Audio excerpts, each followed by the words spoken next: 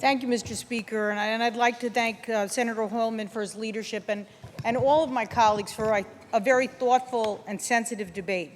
You know, I've spent the last several months meeting with many parents in my district who have sought and obtained religious objections to vaccination and feel passionately about it. I have treated them with great respect, as they deserve, as parents and as those who have heartfelt feelings about vaccination. I understand the passion that they bring as a parent, as a grandparent, to the concerns of their children, and I respect that. I also have heard, as chair of the Senate Education Committee, from those in the school world, including the New York State School Boards, the Council of School Superintendents, and the New York State PTA, probably the most important to me because they represent the voice of other parents. And today, I have come to the conclusion that we must take the step and modify the law and eliminate the religious exemption and couple it with a very robust public awareness campaign. And I want to thank Senator Carlucci for his bill. Because the fact is we have a movement against vaccines, let's be honest, and we have to deal with it. We have to confront it with correct education and information.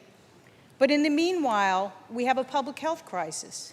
And I believe it is our responsibility as state legislators to do something which is clearly difficult, clearly emotional, clearly sensitive. But we have to stand up for the public health. In my opinion, this is that moment. We do have a public health crisis, and therefore we need to change course. And we need to modify the law and preserve the medical exemption, and other than the medical exemption, require students to be immunized. You know, I'd like to quote from the Council of School Superintendents because I think they get the tone right when they say, "We do not take the stance with ease or with any lack of respect for individuals with a sincerely held religious belief against vaccinations, nor have we arrived at this conclusion lightly or without debate. However, school districts are now struggling to deal with an illness that was effectively eliminated from the country 2 decades ago. This is unacceptable."